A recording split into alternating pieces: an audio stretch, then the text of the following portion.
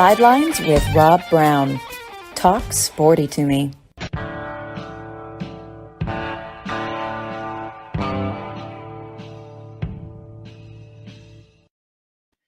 All right, welcome to Sidelines on this Tuesday. Week 4 is upon us, college football. Rob Browne broadcasting live from Red River Ford Toyota in Wynne, Arkansas. They're open Monday through Saturday, 9 a.m. to 6 p.m. Service department. They're in there early, about 7 o'clock, 7:30. And on Saturdays, they're also open 7:30 to 12:30 p.m. Red River Ford Toyota will deliver anywhere. Check the website out, redriverfordtoyota.com. Also, everybody listening, Kicks 96.3, Alexander City, Lake Martin, 680thefan.com, the podcast park up in Atlanta. And follow us on Twitter at sidelines_live. Great show on store today. We'll start off with David Schultz, the Sultan of the Sun Belt down in Mobile, WNSP. First FM all sports format in America. He anchors that down. Second segment this morning, we'll be joined by Jordan Hill, 24/7 Sports, talking about Georgia, that their latest mauling of an SEC team, 48-7 this past weekend over South Carolina. Top of the second hour, Connor O'Gara checks in with us from Saturday down south. And in the final segment, Rodney Orr, Tider Insider, will join us. Let's get going. David, this past weekend, I know SEC Shorts, I think, had Penn State charged with murder. And that's pretty darn funny. You got to have a sense of humor. I was there and witnessed it pretty much in the fourth, really midway through the third quarter. From that point on, you could pick any seat in the stadium. So, hey, don't pay the scalpers. Just get you a good seat. And then, the way Auburn played the other day, hey, you can sit anywhere you want in the second half. David, I mean, I have not seen anything that humiliating at Auburn. Well, the Texas A&M game in 2012, it reminds me of when Tennessee beat Auburn in 1980, 42-0, and that prompted the hiring of Pat Dye. I don't pull for coaches necessarily. I pull for Auburn, for the brand. I stayed the full 60. Somebody told me I should have been paid hazardous duty pay for that one, but right. It was pretty ugly. But what are your thoughts? Well, you look at it the way the game went. All right. So a lot of it is, coaching and stuff like that. We'll get into that in the third quarter, but they moved the ball up and down the field. Right. And the first 3 possessions, Auburn had it first and goal twice. Yeah. And their other possession, they were moving the ball and TJ Finley threw an interception. So it wasn't like Penn State was shutting them down. They just were kicking field goals instead of scoring touchdowns. It could have been a 14-7 ball game. Yeah. That they were ahead at one point in time. Instead, it's 14-6. And to me, where the game fell apart was at the first play of the second half. I mean, you know this better than me. I thought, was it Singleton ran between the guard and the center? He didn't even run off tackle. All right. I mean, he ran that must be the simplest play. I went back and looked. It wasn't even a trap play, right? No one was pulling. They just blocked straight ahead and opened up a big hole, and nobody was there. And it was so successful, they ran it again, this time for a touchdown. And so we're hearing that people are not doing their gap responsibility or something like that. And we can't stop a simple running play. A simple running play that's supposed to gain 4 or 5 yards and maybe 10 if it's done really well. And nope, one went for like 55 and the other went for 60. And that's where you kind of like, all right, what's going on? And then you start looking, is Auburn better in the passing game? Is Auburn better in the running game? Is Auburn better stopping the run? Is Auburn better stopping the pass? And they're not. For everything that's always focused on the offense, Rob, this defense is highly overrated. As someone who, all the people told me this defense was going to be great. The front seven is going to be dominating. They haven't dominated yet. The front seven have not dominated yet. And the secondary keeps on getting beat. And they're rotating new guys in. Yeah. This team, the defense is highly overrated. The offense has their issues, but, the defense, which played okay in the first half, right? I only gave up 14 points, were decimated in the second half. Now, that could be because the offense wasn't doing anything, so they were tired. But you can't tell me they were tired on the first play of the second half. So the defense is what upsets me. And the guys up front, or the scheme or whatever the case is, the coaching, whatever it is, players, they're just not as good as I was told they were going to be. And so, I mean, and now you're getting, I mean, I don't know if you saw it. Did Auburn actually put up the score of the game final and then it was taken down because it was, embarrassing? Well, it should be embarrassing. But if you're going to use your Twitter feed as information, you got to take the good with the bad. You lost 41-12, put it up there, right? And, it should be embarrassing. You should, Brian Harsin should post that tweet, boom, right? In the meeting room, 41-12, right? And let's go with that. And, to get them motivated because, if they lose to Missouri, which I don't think they will, but if they lose to Missouri, he's not going to see the LSU game. He will be fired. They may pull a Herm Edwards. He may be fired before he gets to the locker room.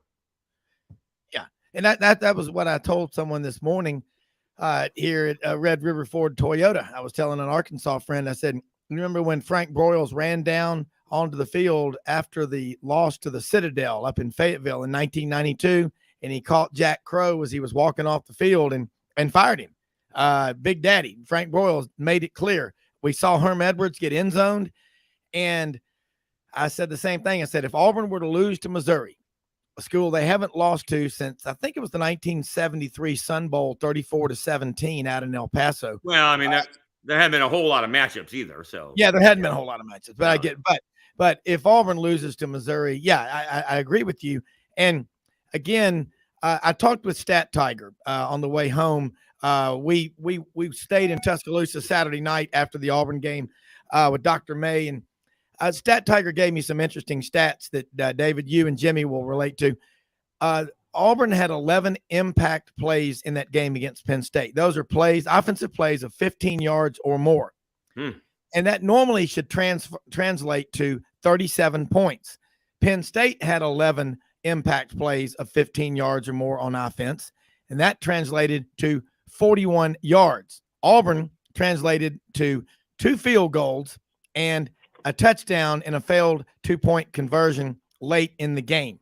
Right. And, I'll tell you right now, I'm with you, David. Brian Harsin, I love my school, and we cover a lot of schools on this show, but I'm harder on Auburn than I am any other school. And as a bunch of my friends were saying in the tailgates before the game Saturday, Auburn fans will go after their own school quicker than any other fan base out there. So, right. That's just how it is. But I saw a lot of people, and I stayed the full 60, and one of my sons was there. He stayed the full 60. He said, we never leave until the game's over, till the handshake at mid. But it was brutal. I mean, it was like being at the dentist and they're doing your root canal, and they're like, look, I don't know how to tell you this, but we are out of Novocaine and painkillers. We're going to have to do this freestyle. Okay. Yeah. It was brutal, but did you see, Rob, quickly, did you see the Terry Bowden quote? They asked him, he was on the Sunbelt media. He goes, 10-0 at Auburn is going to save your career, but it may not save your job. Yeah. And that was one of Auburn in a nutshell. Yeah. And I think what it is Auburn needs to get everybody rowing in the same direction. There's so many different cliques and factions within the Auburn fan base. There needs to be one strong voice. And it goes back to Dr. Leith, who was a disaster as a president, fired 23 months onto the job. He brought in Alan Green, and Alan Green was brought in and was going to be basically do what I tell you to do. And once Leith was out, June 23rd of 2019, I believe, they fired him on a Friday at the trustees meeting. After that, Alan Green, I don't think he's a nice guy. You can't say that. He's a good guy. Just not the right fit at the right time. He didn't build the relationships with the different coaches. And when there was that coup to bring Kevin Steele on as the head coach, I think it infuriated Alan Green as the AD. And he said, you know what? I'm going to go out and hire my own guy out in left field, which is what he did. And he brought in Brian Harsin. We're missing a couple of steps in there. All right. Brett Venables was brought in, and he didn't know who he was reporting to. Billy Napier was brought in. He didn't want the job. Then we got to Kevin Steele. When we couldn't get the big-time guys, then we ended up with Kevin Steele. And people didn't think that Kevin Steele was going to be able to compete with a Nick Saban is what. Well, I think the Kevin Steele thing had been going on, and I'm pretty I think I know this one here. Still, that had been going on a while. Then yeah, Napier, I think, wanted to meet boosters, and that didn't happen. I think he wanted to know, how much control am I going to have? I think he learned from his mentor, Nick Saban, you've got to be in absolute control of the football program or don't take the job. Right. And Brent Venables, I mean, Tommy Tuberville had an opportunity, I think, and tried to hire him a few times as defensive coordinator when he was head coach at Auburn. But all that aside, that's where Auburn is right now. And now they've got to get a new athletic director in there. I think John Hartwell would be a great one from Mobile. Went to Wright before it was UMS Wright, I might add. But he would be a fantastic AD. But they got to get big. Yeah. Oh yeah, he wants it. Mm-hmm.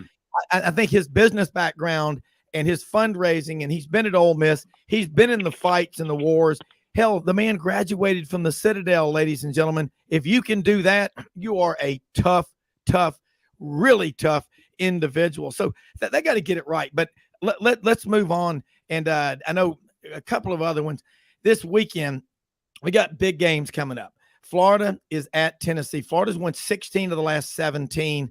Arkansas and A&M. I think A&M is a favorite in this game. Right. We're going to get started on that, and then Jimmy's going to jump in here, and it's going to get the band going, and we're going to have some fun.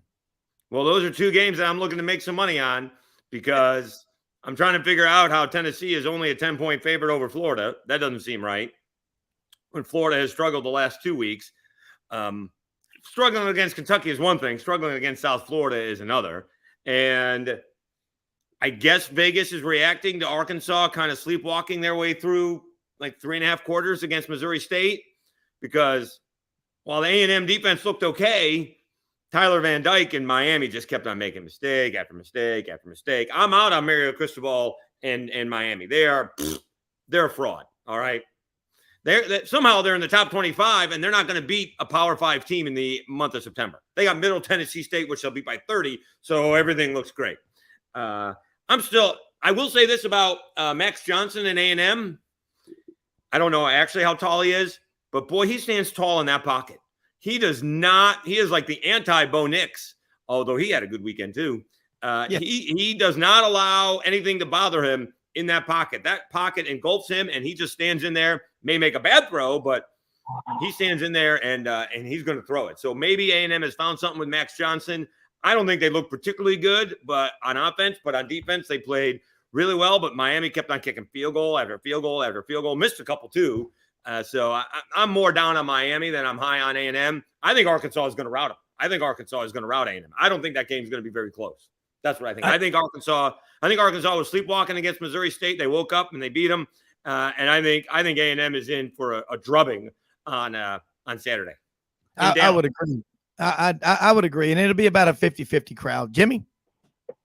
Well, as far as Miami goes, first of all, they were out without their star receiver, Xavier Restrepo, and the other receivers couldn't catch the ball.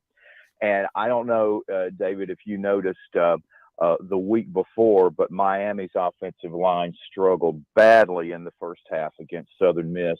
They did make adjustments in the second half, but they just looked like they had no clue against Miami as far as their offensive line goes. And when your receivers aren't performing, and then you're without your best one, and you're going to be without him for another 5 or 6 games, then Van Dyke's going to have a long couple of months. So, yeah, Miami's definitely going to be a work in progress. They're a year or two away. They obviously have their NIL game going, but a lot of those freshmen, they're not ready right away, and you just and a lot of those guys will be coming in next year. And as far as Arkansas goes, I mean, losing Jalen Catalon is a catastrophic loss in that secondary. In my mind, if he's not the best safety in college football, he should be in anybody's list of the top 3 or 4. And Missouri State obviously exploited that. And if you'll remember last year, he missed the second half of the season, and opponents took full advantage of that. So I think that can make things interesting. But I agree. Arkansas is a better team than than A&M, and they're playing with tremendous confidence. And defensively, they've made some really good portal pickups. Drew Sanders he's a star. You know, he's a big key to that defense, and so I really like them. But and I wanted to say a couple of things about Penn State. I mean, to me, it looks like they have their NIL collective game in place, because those two freshman running backs, I mean, they can play for anybody. And I just thought from a talent standpoint, I was so surprised in regard to last year, you know, where I think Clifford was 28 for 32 in the game, and then he was 14 for 19 Saturday. And that just tells you how dominant Penn State was at the line of scrimmage, that they only had to throw the ball 19 times. Yeah. And they just controlled the line of scrimmage. And but I thought the talent level that I saw from Penn State was much more obvious than last year. And also, the well-coached teams always get better as the season goes along. But in that opener, it'll be 3 weeks ago, I think Thursday, against Purdue in West Lafayette. Getting up to a break now. Yeah. I mean, I thought that Purdue was the better team, and Penn State found a way to win. But then you're talking 16 days later, and they look like a top 5 team. I mean, so in college football, you just never know how teams are going to progress, you know, in certain amounts of time. And Penn State, I tell you what, they got 3 quarterbacks that can play for about 80% of the Division I teams out there. And Jimmy, hold those thoughts. A lot of them need them. Hold those thoughts. We're going to take a break. We still don't know, because Penn State hadn't played anybody, but we'll be back right after this to talk more college football.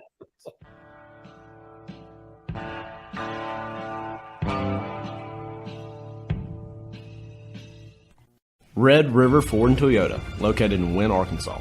If you're in the market for a new or used car, truck, or SUV, call, go online, or drop by and see them. Located 45 minutes from Memphis, go off the 4-City exit on I-40 and go north about 15 minutes on Highway 1. Easy to work with and still believe in customer service. If you live out of town, they will deliver your vehicle to you. RedRiverFordToyota.com. Just see what they can do.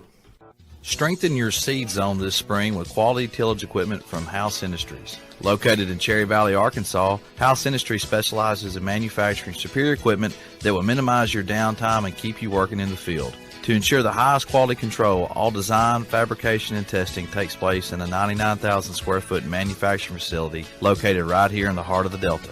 Locate your nearest House equipment dealer online at houseindustriesinc.com. House Industries, breaking ground. Sidelines with Rob Browne. Talk sporty to me.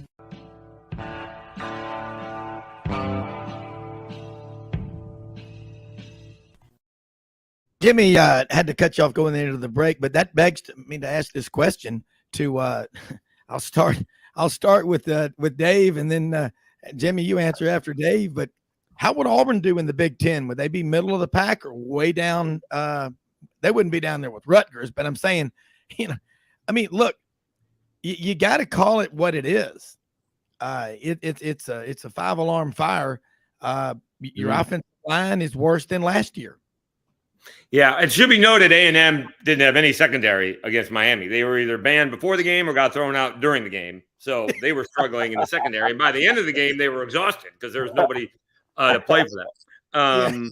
That's a good question where Auburn would be. So who do you got? You got Ohio State, Michigan, Penn State, Wisconsin's pretty good, right?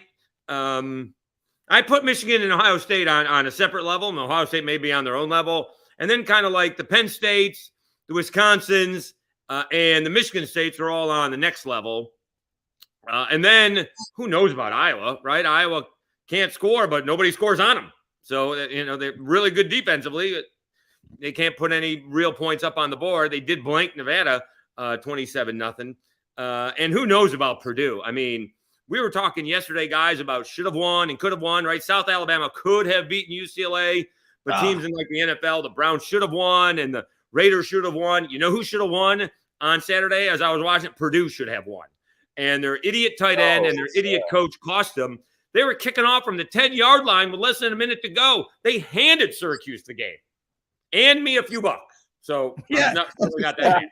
But, I knew you'd be happy there, Mr. Schultz. I was thrilled, but that doesn't change the fact that Purdue's a bunch of idiots. The broadcast crew said that Syracuse is playing with 9 lives here. You know, you got a blocker on a punt return, has no idea where the ball is. It bounces off its back right to a Syracuse teammate. There were 6 or 7 different instances where Syracuse would have been done. But, hey, to their credit, though, man, they played until the clock hit 000, and that was a big-time drive at the end. What they wanted with 4 seconds left, beautifully executed play. Yeah, I tweeted out at the end of the third quarter, it's 10-9, right? The final score was 32-29. I tweeted out 10-9. This game is coming down to who commits the stupidest penalty.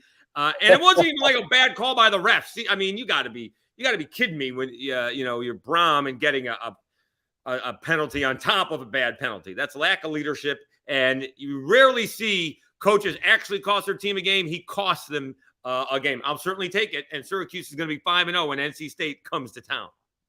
Yeah, and that we had Tommy Kane on from ACC yesterday over in Atlanta. ACC is trying, in my opinion, to keep from getting left behind. I mean, I think they're getting better play, but I go back to what you're saying about Miami.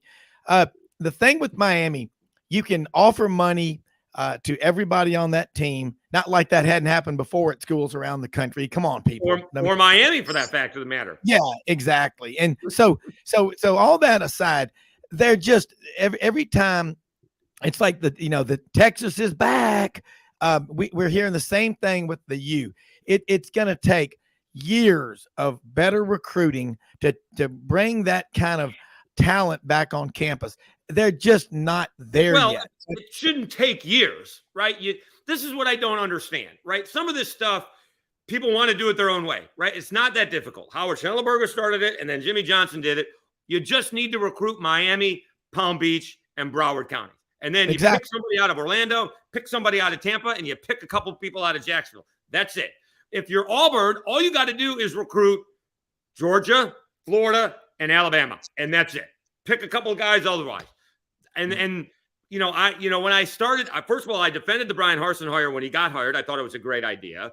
And then you got to give him a chance. And the whole thing that came out, which was a fraud, trying to get him out because of the way, whatever happened off the field. And then you find out like a month later, he hasn't been to Thompson High School.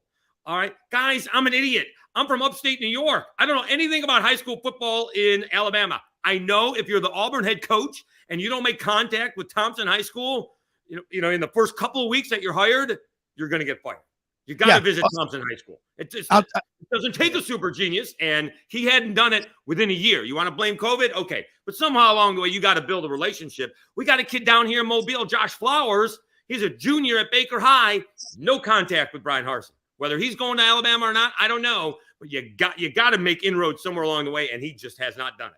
Well, David, let me even tell you this. Last year, we were told in the first week of January or whatever in recruiting that I think Kirby and Saban had been to 35 or 40 different high schools. Harsin had been to like 7. Okay. Right. And he thinks that he can come down here and outsmart these guys in the South and out scheme them. That's a mistake. And if but here it is right now, looking at my watch, it's September 20th. And it'll be 101 degrees up here in Arkansas. Man, we're experiencing it's still summer, okay? But here it is, September 20th. Fall starts tomorrow. And Auburn is sitting there at about 62nd in recruiting, last in the SEC. And it was the same mess last year.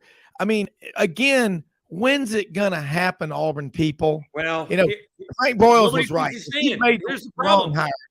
Jimmy, they just got an offensive lineman yesterday, verbally committed, but nobody thinks he's going to be there. So they're literally committing to the school and not to the coach, which may be good because the guys who are committed may stay, but nobody thinks he's going to be there.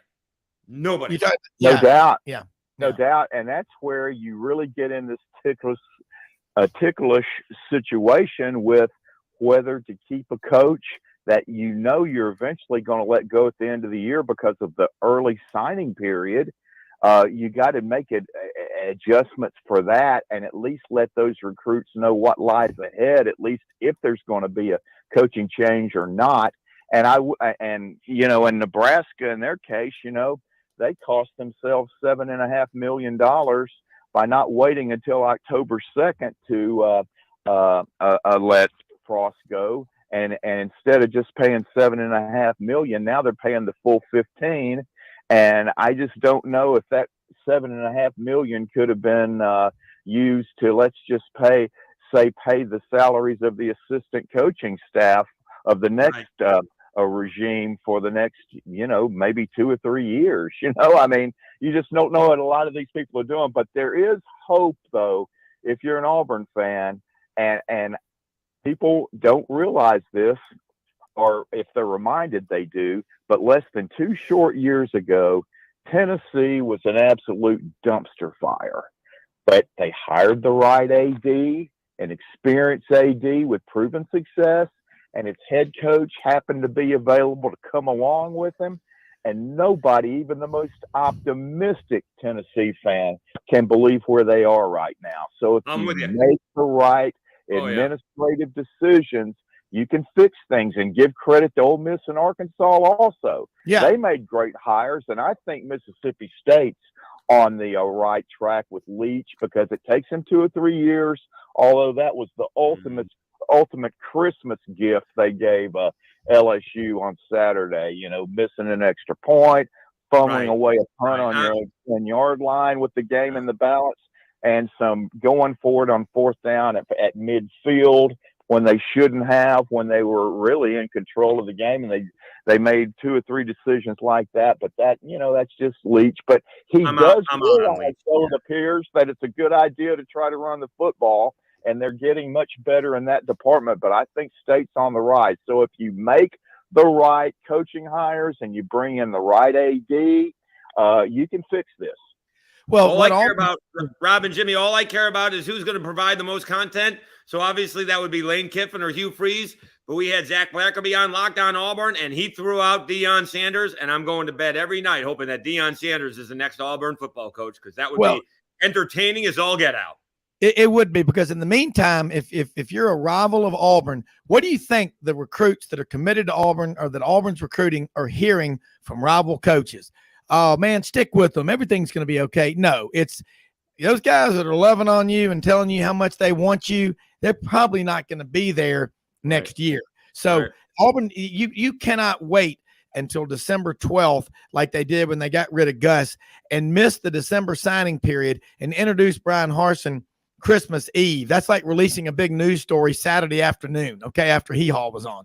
You don't do that, all right? So Auburn is in a precarious situation. Look, I don't have anything against Brian Harsin. I mean, but we have a show. We tell it like it is. We're not going to sugarcoat it. I love my school. I want them to be successful. I'm loyal to my school and the brand. Coaches come and go, okay? But when you know that it's just not the right fit, I mean, you are in your second year, and your recruiting class is last in the SEC. If you can't recruit people to what you have, that atmosphere that you have at Auburn, 90,000 in the stadium, 50, 60,000 tailgaters outside, if you can't recruit to that, and you're not going to all the high schools, and you're not going, look, ask coaches in Georgia how often they run into the Auburn coaches compared to what they used to see every day. It's laughable. I mean, it's not hard to connect the dots, people.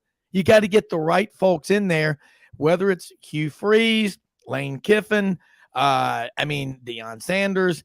Who knows who it's going to be, but you better get this one right, because Auburn, again, is Poland in 1939. If you know your history, you can either look at it and say, you've got Neville Chamberlain over there, or you've got Winston Churchill, because those who believe in the policies of appeasement are like the ones who feed the crocodiles in hopes that they will eat you last. Auburn, get it right. Are you doing a little picking and a little grinning on a Tuesday morning there, Rob? How about that? How about that? A little picking and a grinning. Absolutely. Dave, we're going to have a segment with you sometime about I wish Auburn would play Syracuse or any team down there, because you will know every good restaurant up there.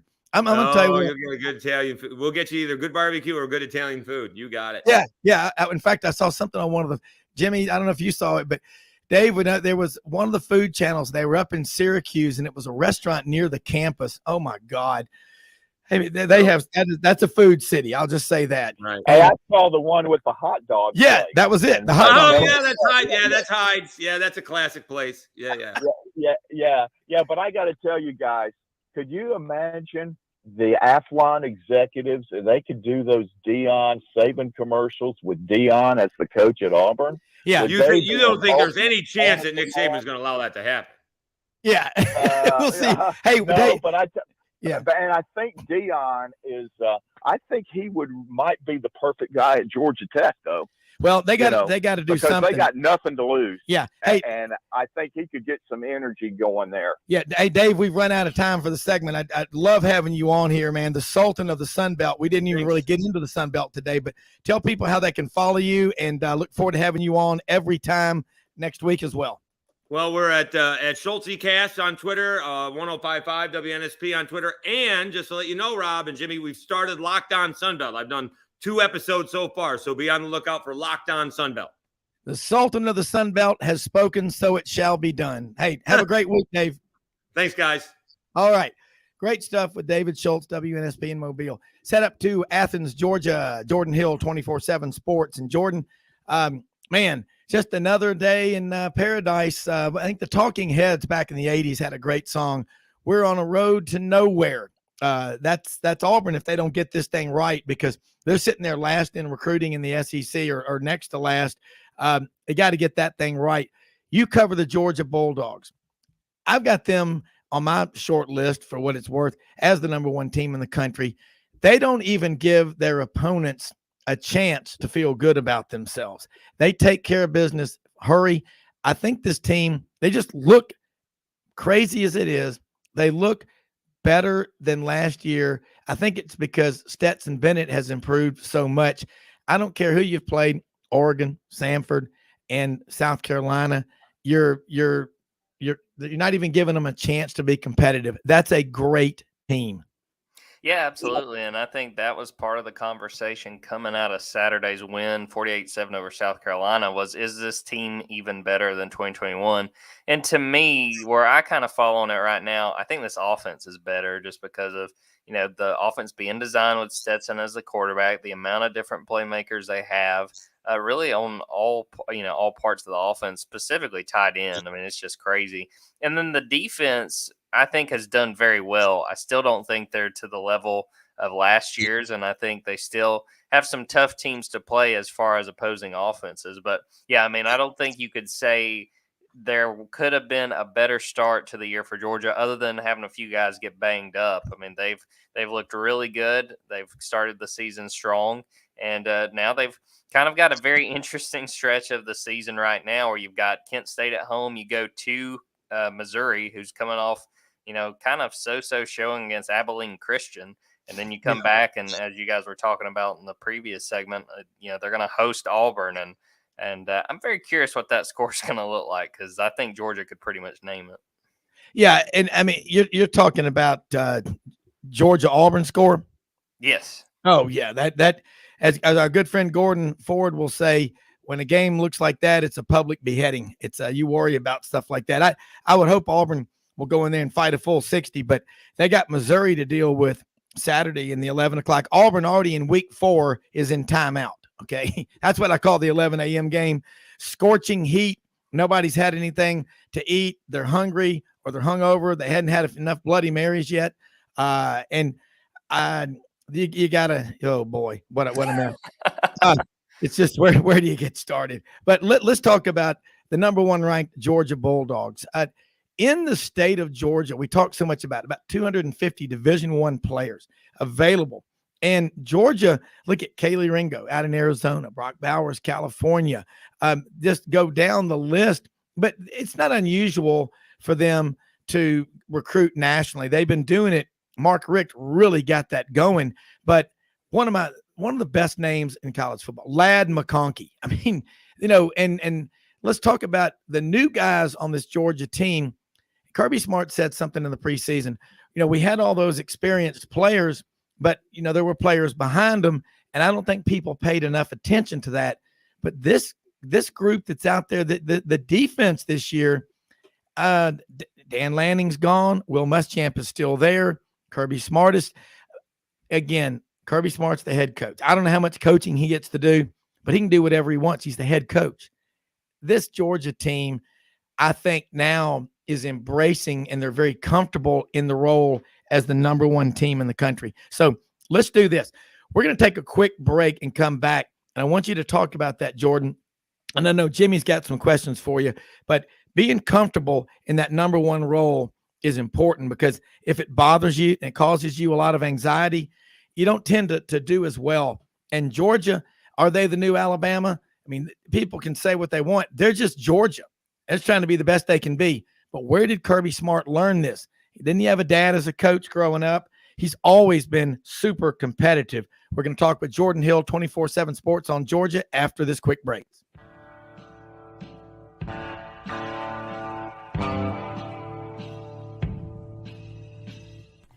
Red River Ford and Toyota, located in Wynne, Arkansas. If you're in the market for a new or used car, truck, or SUV, call, go online, or drop by and see them. Located 45 minutes from Memphis, go off the 4-city exit on I-40 and go north about 15 minutes on Highway 1. Easy to work with and still believe in customer service. If you live out of town, they will deliver your vehicle to you. RedRiverFordToyota.com. Just see what they can do. Strengthen your seed zone this spring with quality tillage equipment from House Industries. Located in Cherry Valley, Arkansas, House Industries specializes in manufacturing superior equipment that will minimize your downtime and keep you working in the field. To ensure the highest quality control, all design, fabrication, and testing takes place in a 99,000 square foot manufacturing facility located right here in the heart of the Delta. Locate your nearest House equipment dealer online at houseindustriesinc.com. House Industries, breaking ground. Sidelines with Rob Browne. Talk sporty to me.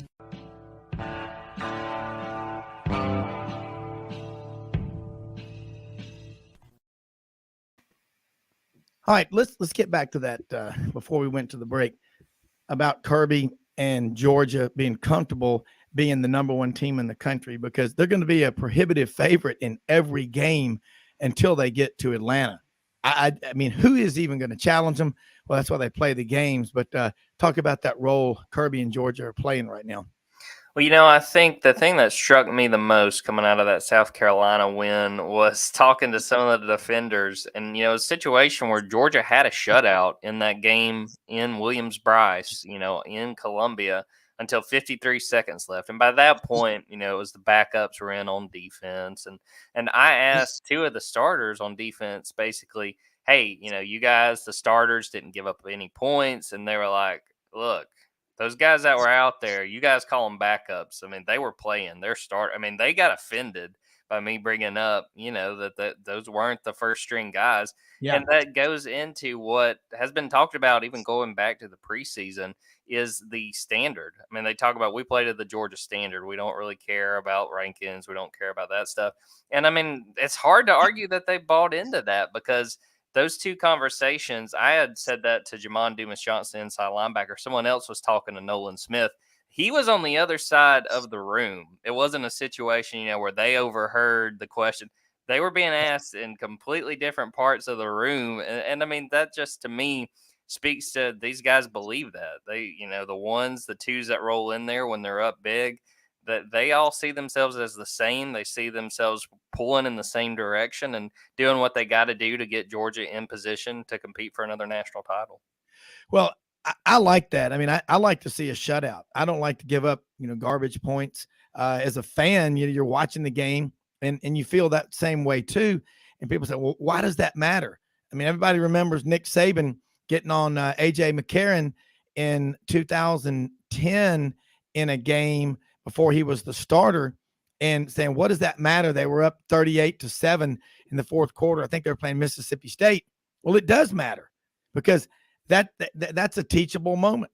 And the same thing's going on at Georgia. And that's why Georgia's so good, is that those players are engaged for the full 60. They're watching. Yeah.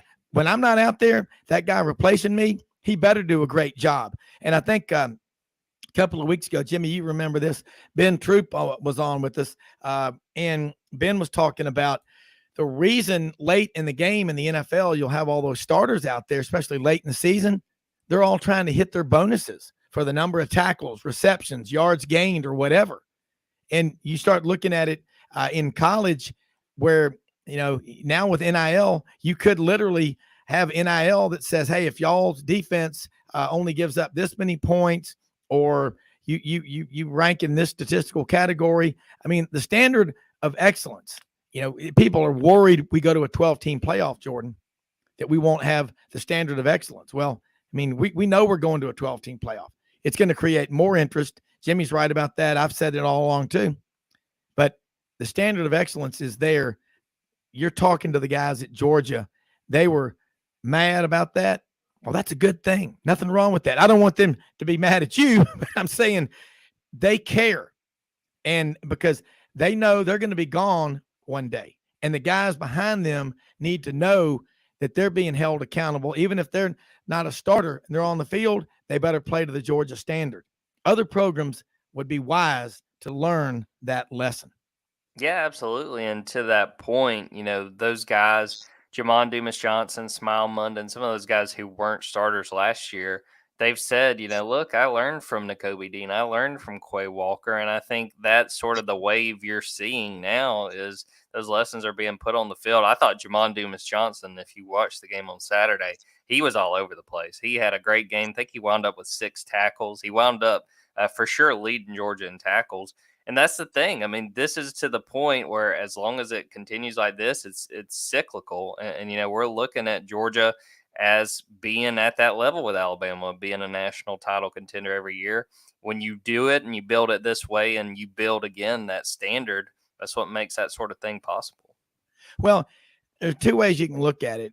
Normally, Auburn in-state is a competitor for recruiting. Right now, they're not doing it like they should. You got 22 4-stars, 6 5-stars in that state, and Alabama's pretty much choosing.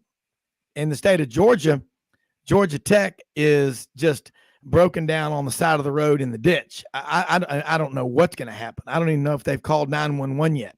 I don't think the phone works. Georgia has the 4th most talent of any state in America, and you got a coach that is uber competitive. I mean, what's not to like about Georgia if you're a recruit, Jimmy?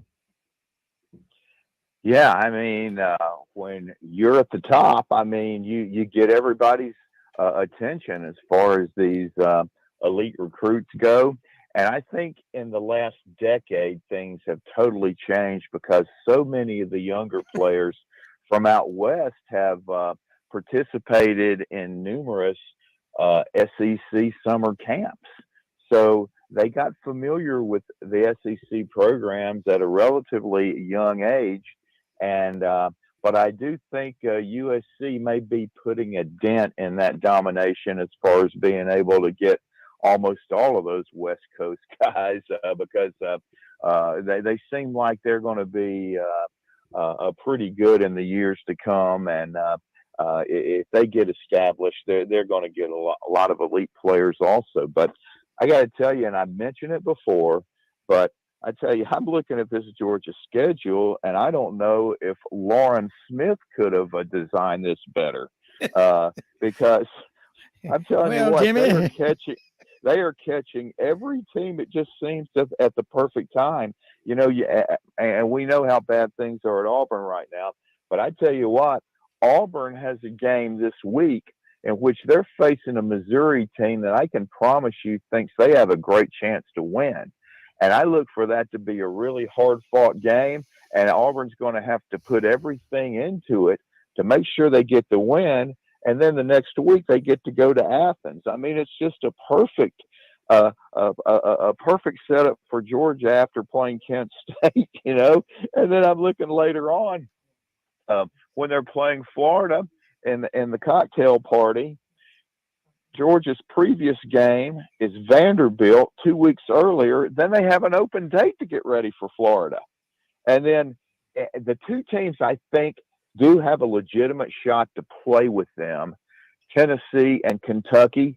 Both of those games are in November.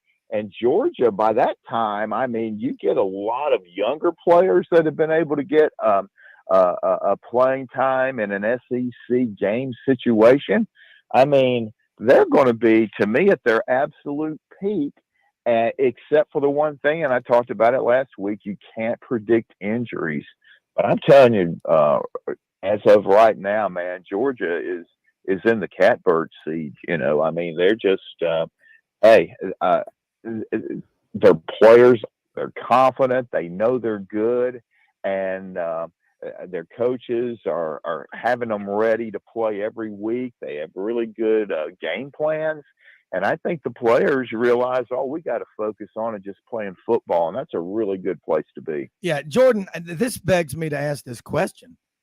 Knowing what we all know about Larry Munson, and he was, his negativity and his anxiety and his worrying, what would Munson be saying about Georgia right now? You guys look like I'm worried about them getting bored to winning too much. Yeah, he's probably said it's a long season. It's a long season. Would be my thought. It's long way to go, Jordan. I don't know. Lauren, quickly, what do you got?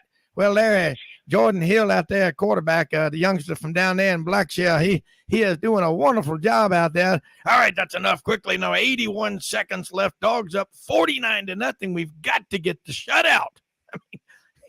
I actually saw Bowers limping after a play. I mean,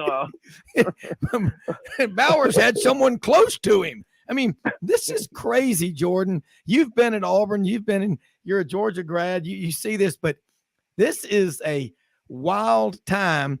And now when Georgia lose the next game, we'll all be going, what? No, I don't see it happening.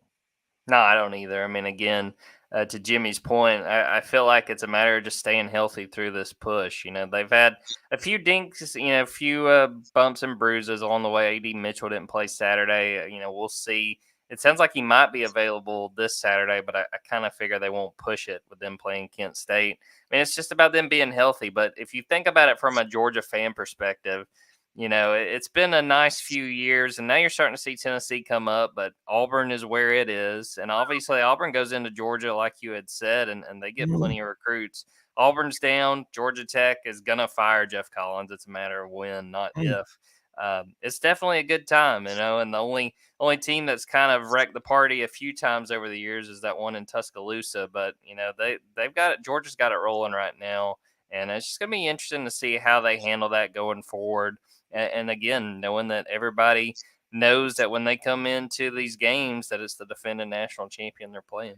Well, Rocky Top Tennessee Tailgate Report, Mark Ham on our show, his daughter from Knoxville is a freshman at Georgia. So he's predicted that Tennessee is going to win between the hedges. So we'll see about that happening. But there are some big games. We know that. But I think now with Georgia, you look at it and it's almost like, okay, so when you're talking about Georgia, you have to even ask these kind of questions.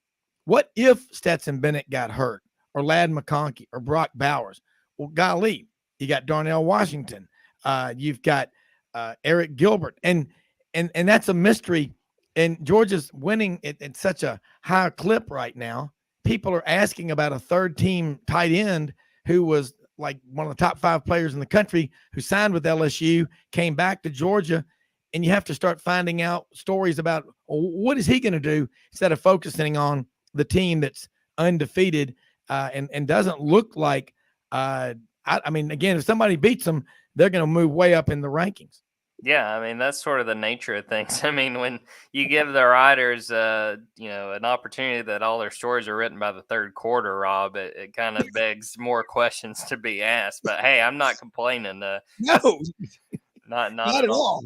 No, and that's the thing is that when you're winning, it's like Alabama fans. I mean, I have a lot of Alabama friends, and they're like, I just give my tickets away now. It's just boring to drive from Memphis to go watch us just beat these teams, 56-0. I mean, I'm glad we're winning. Don't get me wrong.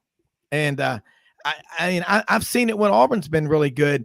You have to work to keep the fans at the game. And when things are going poorly, somebody yelled fire at Jordan-Hare Stadium about midway through the third quarter, and everybody went pouring out. It's going to be interesting to see the crowd.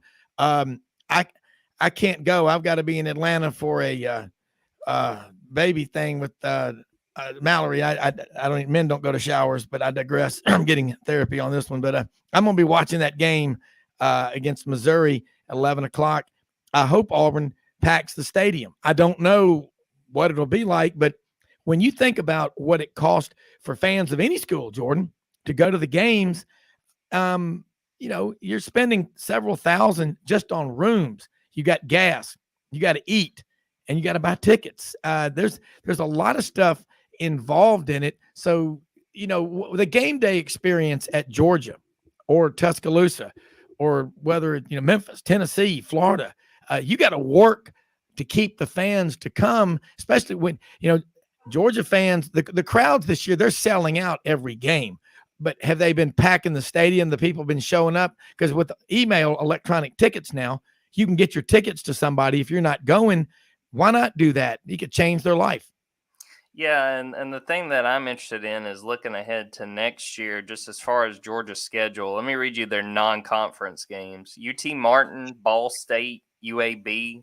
And then the home games are Kentucky, Missouri. Let's see. I don't know if all those games are going to be at home or not. Some of the non-conference games, though, the schedule next year is dreadful. UT Martin, Ball State, and UAB. And part of that to defend Georgia, it was going to be Oklahoma. And then the SEC said, look, let's get Oklahoma off the schedule. I think Tennessee might have had a game as well with them joining the conference. They did, yeah. So I hate it for the fans from that perspective because, if I'm looking at this kind of ticket package, I probably am not wanting to pay it because it's outrageous with everything that goes into trying to go to a game. But that's sort of the nature of how things are. And, you kind of have to make sacrifices. And, it's easy, too, for me getting to go to the game and working and not having to pay for parking or pay for a ticket and things like that. But I don't ever blame people when it comes to, hey, I'm going to watch it on my couch. And hey, if it's a bad game, if it's like that Auburn Penn State game, I got my clicker and I'll see what else is on. Man, I was there, and Penn State charged with murder. That's one of the best SEC shorts I've ever seen. Jordan, Georgia, Florida, Tennessee, Kentucky, the East, is it better right now than the West? Got a lot of football left to play. I think it from top to bottom, I think it's better. But I think that it's probably, for me in the West is right now it's Alabama. And then I'm not really sure who is going to be second because A&M's looked weak. LSU has looked very questionable, even though I thought they looked pretty good on Saturday. I mean, I think from top to bottom, just because of Tennessee, of Kentucky. I think Florida is hit or miss, but I still think, they'll win enough. They'll probably win 7 or 8 games. I think it's still in a very good situation as far as the East. And I think it's a credit to those hires that the programs in the East have made over the last 5-10 years. I mean, for a while, the East was the doorstep. I mean, you just walked over them and like, all right, whoever wins the West is going to win it. And you credit to a lot of those programs for making the right hires to get the East where, at the very least, we're having this conversation, that they've got an argument to be as good as the West. Yeah, again, a lot of football left to be played, but I'm looking at Kentucky. They went down and got that win at Florida. Florida's a wild card. This is Anthony Richardson's first true test of a road game in a hostile SEC environment. I think they're going to be 200,000 or 300,000 people in Knoxville for this game. This is going to be an incredible event. And again, with Kirby and that staff, they've just all they got to do, keep those guys hungry and motivated. Jordan, about run out of time for this segment. Let people know how they can follow you and all the great work that you do, because you're the eyes and the ears to Georgia. Lauren's the patriarch, the historian of Georgia. And when we have the two of y'all on here together, it's as good as it gets. Oh, yeah. On Twitter at Jordan Davis Hill, or also on Twitter at Dogs247. Then Dogs247.com. Got a lot of stories this week, getting ready for the Kent State game, and then jumping back pretty much full force into SEC play going forward. Ain't life grand when you're a Georgia Bulldog fan in 2022? It's just as good as it gets. Jordan, again, thanks so much, 24/7 Sports, for being on with us. We're going to take a quick break and come back and talk some more college football with Connor O'Gara, Saturday Down South.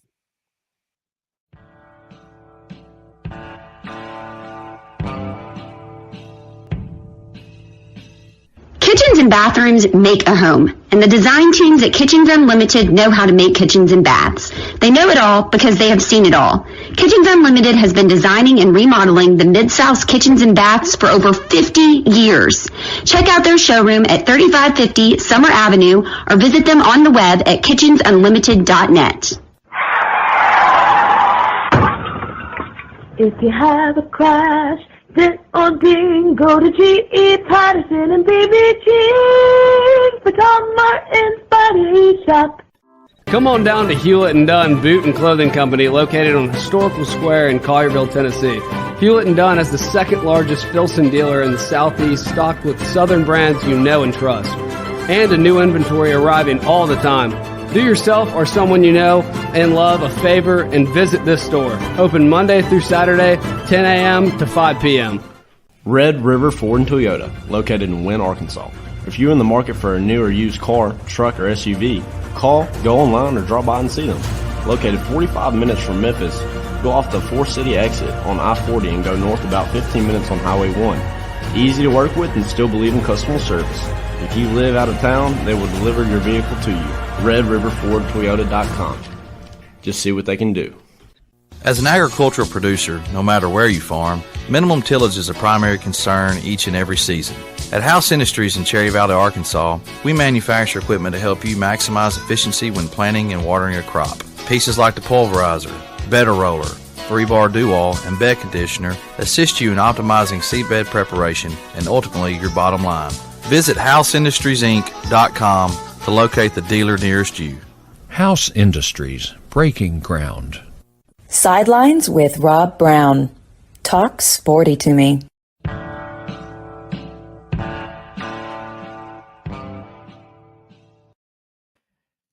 All right. Rob Browne back with Jimmy Hodge, and had a few minutes here before Connor O'Gara comes on. And Jimmy, think about it. Munson in today's world, he'd be finding something to worry about. It'd be the weather. It'd be something, but we'll get Lauren. We're still working on that book about Georgia's national championship team. If Georgia keeps winning like they are, it's going to be harder and harder to get Lauren back on because he's going to be writing books. But Jimmy, Georgia and Alabama right now are having unprecedented success.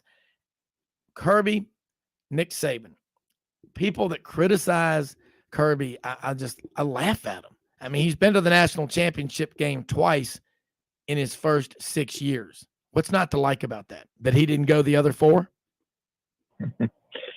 I mean, he's built up a recruiting juggernaut, and he's followed the Saban process really to perfection.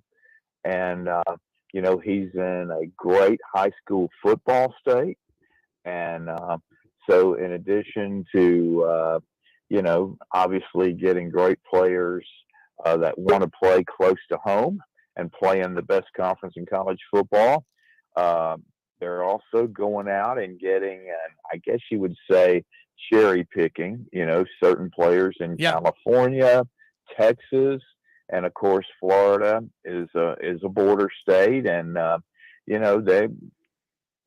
they're getting interest from the top players from every part of the country at the high school level. So, things couldn't be going better for them. And, I think all they have to do right now is just, now that the season's underway, just focus on each opponent. Yeah, I agree. Hey, Connor O'Gara, Saturday Down South, is with us right now. Connor, having a lively discussion this morning about college football. Other than everything being all is well on the plains in Auburn, rest of the conference is having a ball. Your takeaway going into week 4 and what's happened the first 3 weeks?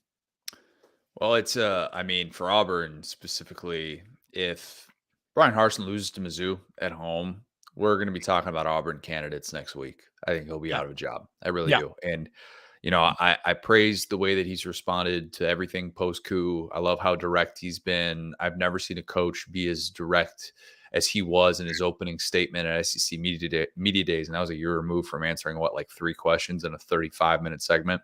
So I give him a lot of credit for that. But he doesn't have a talented roster. And he has put himself in a tough spot because of the trust that he has had, not only in TJ Finley, but the trust that he has up front on that defense. And I like Derek Hall a lot, and I love Owen Papo, and they have some guys, but they still lack depth. They can't rotate those guys in. Penn State ran all over them in the second half of that game. And instead of being able to feel like you have a chance to come back when you're down 24-6, your only response is to turn to a guy in Robbie Ashford, who, while talented, still did not have an FBS snap before this season. And that's the troubling thing that you look at with Harsin, because you can't just snap your fingers and say, oh, this will fix itself. I understand they lost the turnover battle 4-0. They're down 8-0 in the turnover battle this year. All right. Like, that's because you have protection issues up front. You've got a defense that's gassed. It's really hard to force turnovers when you're tired. And I think this group is facing a real identity check. And if they can't beat Mizzou, yeah, I think Brian Harsin will be out of a job, which is a weird thing to say about a coach in year 2 in September. Well, you know, a lot of the Auburn defensive backs are still practicing social distancing from opponents' receivers. And the other thing is, I'm with you. And you look at Brian Harsin in the recruiting class is ranked 13th or 14th in the SEC. That's just not supposed to happen. At Auburn, by default, you should be in the top 10, top 15 every year based on your location. You've got 22 4-stars, 6 5-stars in the state of Alabama. I know Alabama's there, but you're getting out recruited in your state by other schools that are out-of-state schools. You're not showing up in Georgia. You're not. Where's Auburn in Florida? And last year, Harsin had them wasting time recruiting kids out on the West Coast that weren't great players. If you're going to recruit a 3-star from Oregon, Darius Clemens, the wide receiver, why not go to Thompson High School or go to Atlanta or South Florida and find you a kid that's a 3-star? Because let's face it, out of 3,300 D1 kids a year, Connor, maybe 33 of them are 5 stars, 350, 400 of them are 400, maybe are 4 stars. The rest of them are 3s, 2s, non-rated. A 3 doesn't mean you're not good. It's just on you to develop them. And yeah, it is a mess. I want to get your thoughts on Florida. And they struggled with South Florida. How good are the Bulls? I mean, under Jeff Scott, they've been pretty rancid the whole time. And now Florida's got to go on the road to Knoxville, where they're just licking their chops, having lost 16 of the last 17 to the Gators. Yeah, this is a tough time for Florida to have to make that trip, because you thought against a USF team that Anthony Richardson dominated last year. I mean, he had 39 yards per touch last year in that game. And then to see the struggles continue the way that they did throughout that game was troubling. They go up 24-10 on that pick 6 in the second quarter, and you're thinking, all right, Florida's about to put it on cruise control. You lean on this ground game. They're going to be able to have a nice, comfortable win, get Anthony Richardson some confidence back. No big deal. You're feeling all right going into the Tennessee game. Then USF scores 18 unanswered. And they had the pick 6 in the end zone, wherein Anthony Richardson had a run play and he checked into the fade. And you're just kind of wondering, what are you thinking in that moment? Because that's not just physical execution. That's a lack of mental awareness for that spot to recognize that you've got a ground game that was beating them up. And Florida does have a strength in that ground game. And I love what we've seen so far out of that offensive line, out of Montrell Johnson. Trevor Etienne, the brother of Travis Etienne, looks like a stud as a true freshman. And you're feeling like, okay, you can have an identity. But the problem is Anthony Richardson does not have a get right thing right now. And Florida needs to figure out what that is. He needs to figure out what that is. And I think that you look at this matchup against Tennessee and you still have all these questions about Florida, because you talk about Auburn lacking that defensive depth. I think Florida lacks that defensive depth too. And we've seen that kind of play out so far, where Kentucky just trusted that ground game. They leaned on it late and they were able to kind of gas Florida up front. And Tennessee could do the same sort of thing, because we know they're a tough team to be able to stay on the field with. They have that quick strike ability. So the question is, on the road, what can Florida do to kind of change the momentum, change the tempo of that game? Can they keep that ground game on the field? Can Anthony Richardson avoid those colossal mistakes? And what kind of offensive identity can you find? That's the biggest question I have about this team going into a huge showdown on Rocky Top. Anthony Richardson has way too many turnovers at this point. And I think South Florida ran the ball 263 yards against the Gators. You can't be letting that kind of stuff happen. I know that's why they have a new coach, because things weren't going really well last year. It was not a good year, but you look at Florida, you look at Auburn, LSU of the new coach. Brian Kelly, by the way, looks really comfortable being the head coach at LSU. He's won 264 games. Saban's won 269. I mean, he's won everywhere he's been. What about the people who still are like the loss to Florida State? I would have gone for 2, but I'm not a head coach. But I think LSU is going to recover more quickly than most people are giving them a chance to succeed. I think they're going to recover quickly. So I said something after the coaching cycle finished that I think surprised a few people. I said that I think LSU is going to win a national championship with Brian Kelly before USC wins one with Lincoln Riley. And I pointed to not only his proven track record as a head coach, and for those who say, oh, he can't win the big one, it's like, well, he still has won double-digit games in 5 consecutive seasons at Notre Dame. That's not nothing. And I still look at the Notre Dame issues against top 5 competition, which they're 2-23 against top 5 teams since 1999. That's not just a Brian Kelly issue. That's a Notre Dame issue. But moving past that, it's all about talent acquisition.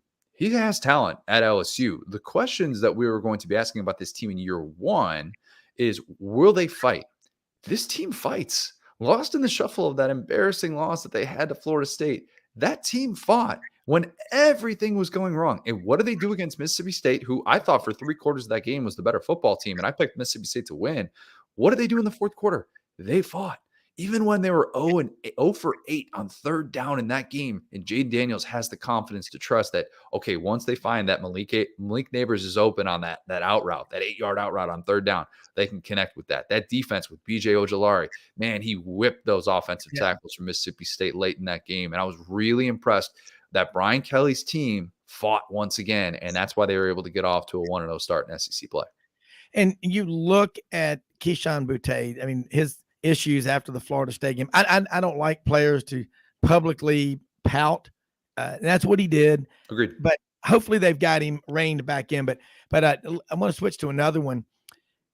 A&M and Arkansas this weekend.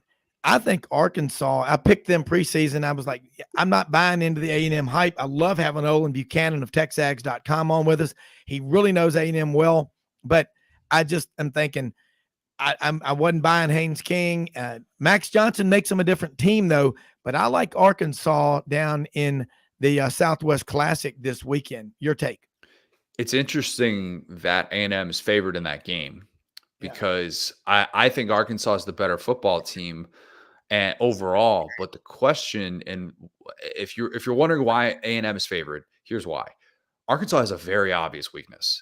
If they don't get home, if they can't get to the quarterback with Drew Sanders, their pass defense has been bad. Without Jalen Catalon, and then they've been without Miles Slusher as well, they have been getting gashed in the passing game. You saw that play out with Missouri State and Bobby Petrino, nearly hung up an upset that would have just been a stunner for an FCS squad to beat a top 10 Arkansas team. They're dead last in passing right now. If A&M is going to get this passing game going, it's going to be against Arkansas. You would hope that they're going to be able to try and stretch the field with Max Johnson. They didn't all of a sudden figure out anything offensively. It wasn't like, I looked at the way that LSU game played out, and I watched that 4th quarter, and I said, LSU might have found its offensive identity in this game. I don't think A&M has that yet. I mean, they're still searching. I think it was Barrett Slee who had the stat. A&M has been to the red zone less than Iowa this year, and if you know how bad the Iowa offense is, that's a bad stat. 3 trips to the red zone. That's it. And so you would think, okay, if there's ever a time for the A&M passing game to figure some things out, it's against Arkansas, and this pass defense has really struggled. But Arkansas has that identity that it can lean on. It's got that ground game with Rocket Sanders, KJ Jefferson. Though that 1-2 punch has been dynamic, and they're going to have to be able to rely on them a lot more to be able to beat this A&M team, who would love nothing more than to be able to kind of get right in SEC play. Yeah, and I think Arkansas's ground game is strong enough to where if they get a lead, they can just choke A&M and just keep their defense out on the field so long. And Jalen Catalon went out in the first game. It's new, but and I hate that for him. He is a great player, but even if he was there, if you don't have a pass rush, a good defensive back is going to look very pedestrian. They have a pass rush. That's yeah. not necessarily the issue, but it's when they don't get home. When they don't get home, they just get gashed on the back end. It's been bad. Yeah, and I agree with you, and that's the difference. But I'm gonna stick with my pick on Arkansas in this game because I like KJ Jefferson. He runs too much. We talked with Dudley Dawson of Hogville.net a lot about it, and Jimmy's right. They try to tell him, don't run. You put yourself out there, but he's a fierce competitor. Jimmy, I know you got some questions. We're going to a break here in a few minutes. Well, I will say I could claim that I was first about Haynes King. I mean, in that spring game, I just saw basic mechanics in throwing the football that just weren't there. And even in the in the opening game against Sam Houston State, any throw 20 yards or more, the ball just floated. And again, it was just a big concern. But with Zach Johnson, again, he's not going to turn the ball over. And just by doing that, with, again, the issues that Arkansas has with injuries in the secondary, just by staying turnover free, you're going to have a great chance to win the game. Just because A&M, from a talent standpoint, is, they're pretty good. They just got a lot of inexperienced players, and they're going to be able to stay in games for pretty much every week unless, they do turn the ball over. And again, I think that was a really huge change for A&M to make, and I think it should have been made, and I think they're going to be a much more solid team. But again, that West Division, I mean, you could just put all of those teams in a raffle box, and just pick one because they're almost all dead even. I mean, if you're not ready to play and you don't bring your A game and you're playing especially on the road against any of those teams, you can be in trouble. So that Western Division is going to be really interesting. And yeah, Brian Kelly, I tell you what, he has instilled toughness in that roster. And, Connor, in the last couple of years, after the national championship year, you could see LSU players making mistakes, and they'd come off to the sideline, and there wasn't anybody really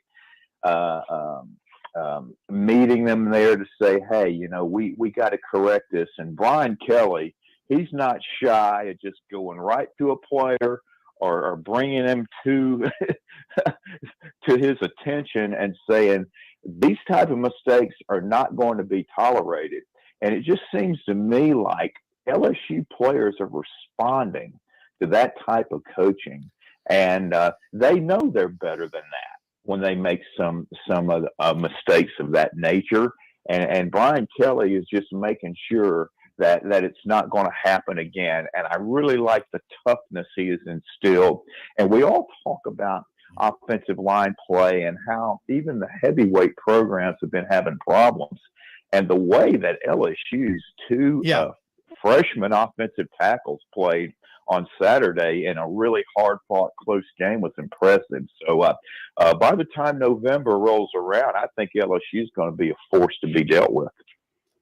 Yeah, I think there's something to be said for having a response the way that they have so far in the fourth quarter. That to me is the biggest thing. I still think they have some issues up front. I still think that it's going to be a little bit difficult when they face some of these teams that can get home to Jaden Daniels, and you don't want him in those 3rd and 12, 3rd and 14 types of situations. But you like the buy-in, you like the fight, because this could easily be a situation in which that locker room kind of splinters early on. And that was a question that I had with this team. They've passed that test so far.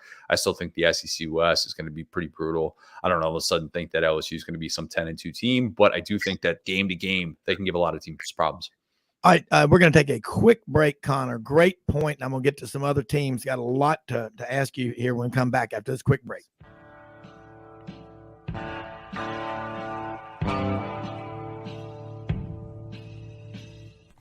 Red River Ford and Toyota, located in Wynne, Arkansas. If you're in the market for a new or used car, truck, or SUV, call, go online, or drop by and see them. Located 45 minutes from Memphis, go off the 4-city exit on I-40 and go north about 15 minutes on Highway 1. Easy to work with and still believe in customer service. If you live out of town, they will deliver your vehicle to you. RedRiverFordToyota.com. Just see what they can do. Strengthen your seed zone this spring with quality tillage equipment from House Industries. Located in Cherry Valley, Arkansas, House Industries specializes in manufacturing superior equipment that will minimize your downtime and keep you working in the field. To ensure the highest quality control, all design, fabrication, and testing takes place in a 99,000 square foot manufacturing facility located right here in the heart of the Delta.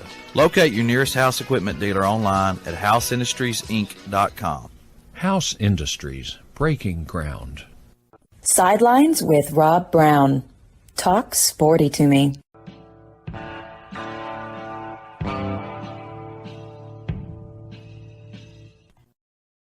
All right, Jimmy Hodge, Connor O'Gara, Sidelines on this Tuesday. Connor, looking at Kentucky, so that they came down, they got the win in the Swamp. They're beating Florida now, and I think they expected it, and they dominated. The longer the game went on, it was impressive to watch. Year 10, Mark Stoops now the winningest coach. He passed Coach Bryant. Of course, Kentucky saying you're the winningest coach in Kentucky football is not saying that you're the winningest coach at Georgia or Alabama or LSU or something, but it says something. It says a lot. There's some big games coming up for Kentucky. I think about October 29th, they go to Knoxville, where they won 2 years ago in a blowout. I think that was the beginning of the end of Shatner, Jeremy Pruitt. They've got to play,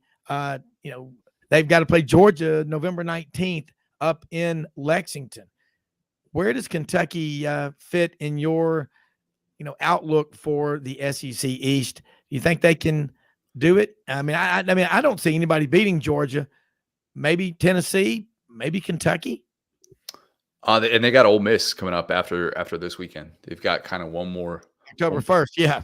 Yeah, so the good news for them is they're expected to get Chris Rodriguez back. He's a difference maker in the backfield, and it's kind of easy to forget that because they've gotten off to this great start. But that's what Kentucky fans are really kind of like, hey, if we get through this stretch without him undefeated, that's such good news for this team because his yards after contact, I mean, it's as good as there is in the SEC. It's even better than Tank Bigsby. I mean, he is that kind of a difference maker. He is a force. He just needs to be able to fix those fumbling issues that he dealt with last year. But I look at this Kentucky team and I say, okay, what do they need to improve on? They don't need to improve in that front seven, in my opinion. I think defensively, this group has some 2018 type vibes. That's what that Florida game kind of told us with the way that they traveled. It wasn't just that they were able to get a few stops here and there, or they were able to impose their will. And having Jordan Wright back is huge for that program.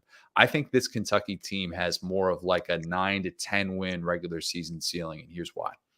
They're still going to turn the football over. Yeah. Will Levis is going to take some chances. He's going to.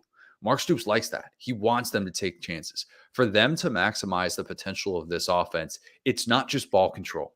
It's not just trying to sit on that ground game and letting that kind of do the damage against some of these better teams. They want balance. They want to be able to throw the football. They want to see if Will Levis can fit the ball into some of those tight windows, get those receivers, Tavion Robinson, the transfer from Virginia Tech, the true freshman that everybody loves and likes, Dane Key. That's how they need to maximize the potential of this offense. I still don't think they beat Georgia. I think that Tennessee game on the road is going to be rough. But can Kentucky go to a New Year's Six Bowl for the first time in the Mark Stoops era? Absolutely, with the way that they've started off so far. All right, let's switch to Ole Miss. They go over there and they beat up on a dying man in bed, Georgia Tech. It was awful, 42-0. Most of the Tech fans were gone by halftime. Interesting, you listen to what Lane Kiffin says. And Jeff Lebby's gone. He said, Oklahoma's the offensive coordinator. Lane Kiffin, I think, is a great offensive coach. I think he's a heck of a coach.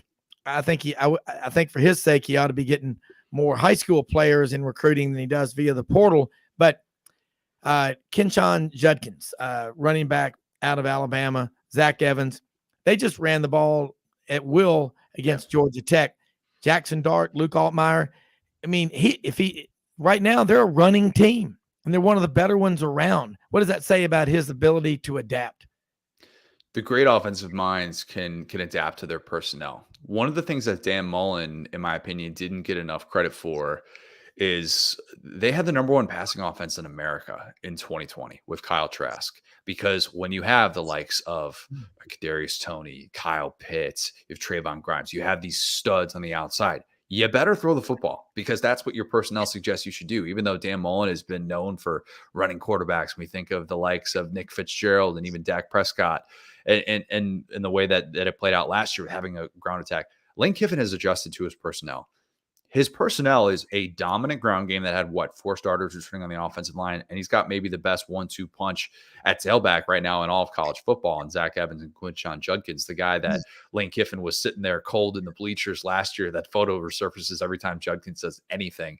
Kiffin's sitting there in the hoodie in the bleachers watching this high school senior, and you're like, oh, that's why he was sitting there by himself, alone, cold. Be able to watch this guy and recruit him because he's been the real deal. His burst is special. So yeah, this Ole Miss ground attack is really good. Their passing attack, they're still figuring it out. Jackson Dart still makes some 2020 Matt Corral type mistakes, and that frustrates Lane Kiffin. It really does. And that's why they've had to lean on this ground attack. But the good news for them is that the schedule started off so favorable. That's why Lane was going to be a little bit patient with naming his starting quarterback. Jackson Dart is going to get that opportunity. They still need to figure things out. And I'm still in wait and see mode on that defense against better competition. They haven't faced an offense yet, but this ground game is really, really good. And at the very least, Ole Miss can be one-dimensional. All right, one more before we let you go. Any wild predictions for this upcoming weekend? Tennessee, Florida, A&M, Arkansas, Auburn, Missouri. What's the craziest outcome you see? I don't have, gosh, I feel chalky with that. Once upon a time, I'm old enough to remember that saying Arkansas was going to beat A&M was some bold prediction. When I did it last year, I was like, oh, wow, like Connor, you're really going out on a limb. And it's like, nah, I don't really think so. Just not necessarily an A&M believer. And I think that they're going to struggle against Barry Odom's defense. So that's not bold anymore. But I mean, maybe it is a little bit because Arkansas is the underdog technically in that game, 2.5 point spread last I saw. So saying that Arkansas is going to go into Arlington and win that football game and win 2 in a row against the Aggies. I mean, think about how significant that would be if Sam Pittman had a winning streak against A&M in year 3. I mean, that's incredible considering where we thought those programs were at as recently as 2020. To me, that would just be a testament to how good he is as a head coach. But that's like the only real kind of semi-bold thing that I have going right now is saying that Arkansas would win that game. All right, we'll talk about it next week. Tell people how they can follow you. And again, thank you so much for taking time out of your Tuesday to join us. We really appreciate it. Yeah, no, I appreciate you having me. SaturdayDownSouth.com. We have so much great stuff right now up. Matt Hayes does a great job writing First and 10 for us. We've got a bunch of great columns, all the news stuff you could want. I always tell people you want to waste an afternoon, just bookmark SaturdayDownSouth.com, and I promise we'll have you covered from, everything, not just within the SEC, but all of college football. It is time well spent, not wasted 1 second. Appreciate that. Have a good one, Connor. Thank you too. All right. Jimmy, Rodney Orr, Tyler Insider will join us in just a minute. Really love what he just said. How many times has Yancey Porter talked about when Nick Saban one day writes a book on the player he regrets the most in the state of Alabama high school players of not recruiting? He said it'll be Quinshon Judkins, special player on a pretty darn good football team, Jimmy. Yeah, you just can't get them all. You can't make every right decision or instinctive decision or follow on a gut feeling, in regard to recruits. And it's really easy to make that call after this guy just comes onto the scene and he's just tearing it up, and again, same thing with, Jahmyr Gibbs. I mean, Alabama went after him hard, but, he's from Dalton and it's only an hour, 15 minutes from Atlanta. So, a Tech, even though they were making the transition from the old Georgia Southern wingbone offense to Jeff Collins. The first year or two, it looked like Tech had some potential to be a factor in the SEC. So he went to Georgia Tech, and it turns out, though, a couple of years later, he's at Alabama. So that worked out. But again, you just really have no guarantee when you see certain players in high school. I mean, it looks like they can't miss, but then when they get into an environment where you're going against great players all around you, that certain players react to competition better than others. That's right. But, hey, Jimmy, I agree with you. Rodney Orr just checked in with us, and we're kind of a little bit ahead because he's got an appointment he's got to get to. So we're going to talk about that. Rodney Orr, Tighter Insider. It's only $48 a year. You need to subscribe. If you are not a subscriber to Tighter Insider, you're not a Tighter Insider. Here's Mr. Tighter Insider, Rodney Orr. And Rodney, your takeaway from the beating on La Monroe, and you get ready for a conference game coming up against the Commodores Saturday in Tuscaloosa. Is Coach Saban and that staff, have they been up all night worrying?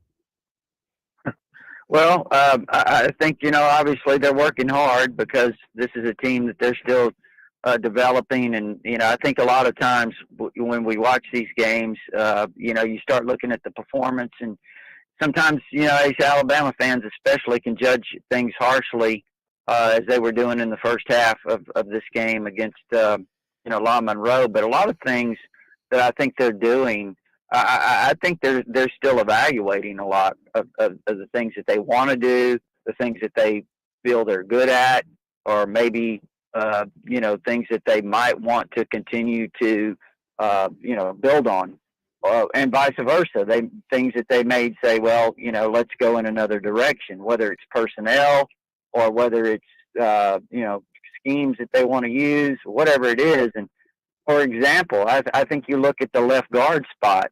I really thought when freshman Tyler Booker got in the game, he showed a lot of promise. I think moving forward, eventually, he's going to be in the starting lineup.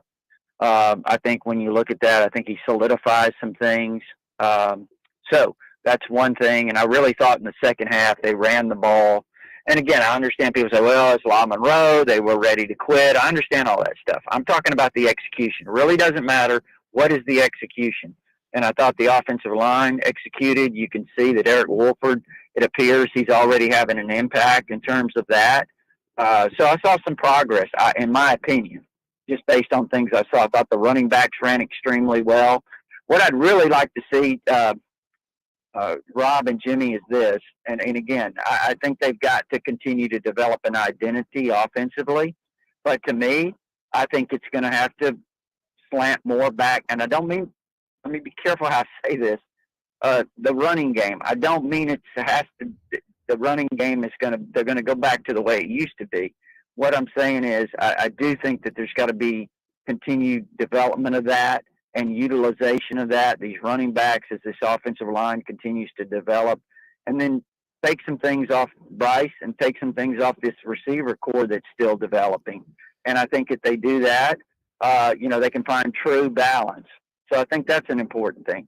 But I also like some of these younger players, and when I mention receivers, I think Amari Niblack is a guy that I've been told has just been, and again, I've liked him since he signed with Alabama. I thought he was a great athlete, incredible talent. But I've been told in practices he's been, just athletically displaying a lot of ability, a lot of potential. It's a matter of him kind of learning and continuing to grow and understand what he's supposed to do. And if you remember, he was in on a lot of those red zone drives that Alabama had in the first half. And then he caught the touchdown pass, too, on that 2-minute drive that they had near the end. So that goes back to what I was saying, developing personnel, figuring out what you want to do, who you want to be. And I think they've still been kind of in that process. Well, you look at Alabama, the Texas game, I think Alabama's going to look back on that and say that was a good thing.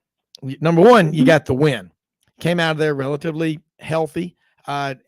Football, everybody gets banged up in every game, every day in practice when there's contact.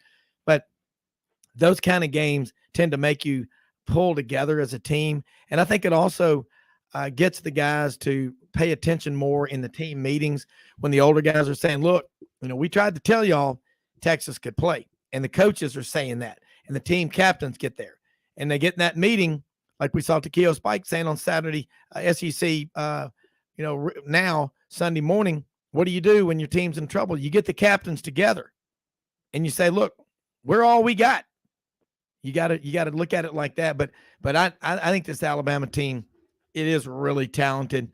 I mean, La Monroe wasn't much of a test, but Alabama came back, looked sharp. But they went 63-7, I think it was. And they've got Vanderbilt coming to town Saturday.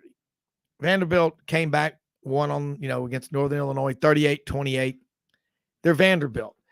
You just want to go into this game. It's about Alabama. You obviously take them seriously, but it's really about Alabama getting better for those bigger games coming up, isn't it? Well, I think that's it for every game, and I think it's the focus. How are you going to focus? What are you going to do? What's your focus going to be?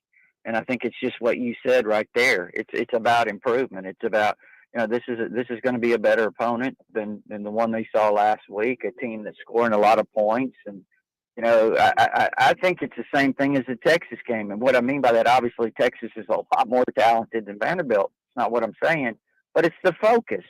I think Alabama, going into that game, there was so much, Alabama, how bad is Alabama? This is going to be the most brutal beatdown ever on Texas in Austin. This type of thing. Well, look, these Texas players, there's a lot of first-round draft picks and the skill players that they have. There's a lot of talent that they have. These guys came out of the state of Texas, very highly recruited, most of them. Sarkisian's one of the best there is at, game planning offensively and all of these things. Yeah. So, it was a real challenge, and the focus was not good. I don't think it certainly didn't seem that way. Maybe it was all the distractions that got to them, but I thought they were going to be a little more mature than that heading into that game. So it's the same thing here. I mean, you've got to head into Vanderbilt focused, on this game, task at hand, and continuing to develop for, like Nick Saban said, the challenges of the future. Well, he always talks about never miss an opportunity to learn from your setbacks, failures, whatever you want to call them. And that's why they are always driven, because it's awful easy when you're winning like Alabama or Georgia are winning to get complacent. That's what you've got to guard against the most. Again, it's like money. The first generation employs, the second enjoys, and the third destroys. That's typically how it works. And you've got to make sure, if you're one of the upperclassmen, when you're talking to these freshmen, you're teaching them about the history, the tradition, the heroes that are Alabama. So when they're out there in a bind, they're going to be in a lot of battles after you're gone, and they're going to have to be the starters. They're going to have to carry on that tradition. And for people that say tradition doesn't matter, they've never had to work or fight for anything. I mean, that's what gets you out of bed at 4:30 or 5 in the morning voluntarily, to go to those workouts with some strength coach in there that looks like Dr. Zhivago, yelling at you and screaming at you to do one more rep, one more for the team. Come on, you got this. And all that stuff pays off on game day. Hey, we're going to talk more with Rodney Orr, Tighter Insider, after this quick break.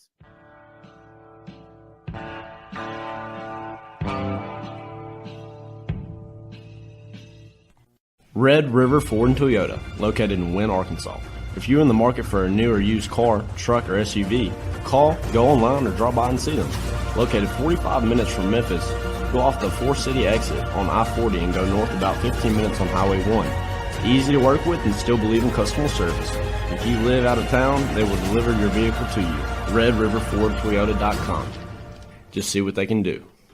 Strengthen your seed zone this spring with quality tillage equipment from House Industries. Located in Cherry Valley, Arkansas, House Industries specializes in manufacturing superior equipment that will minimize your downtime and keep you working in the field. To ensure the highest quality control, all design, fabrication, and testing takes place in a 99,000 square foot manufacturing facility located right here in the heart of the Delta.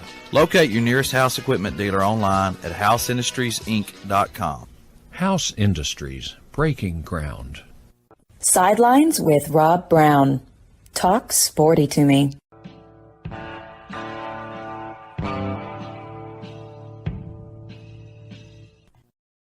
Rob Browne back with Jimmy Hodge and Rodney Orr, Tighter Insider. Rodney, I was in Tuscaloosa with Dr. May and Susan Friday night, went to the Northridge. Paul W. Bryant high school football game out at Paul W. Bryant High School. What an impressive campus. Looks like a small college. Like someone said, with a name like that, it better be good. It better be great. We had a lot of fun down there. Got a chance. I was sitting in front of Coach Ralph Lally. I met him. His son is the new coach at Northridge in Tuscaloosa. He'd come in from Gordo, where he was 99-18 as a coach.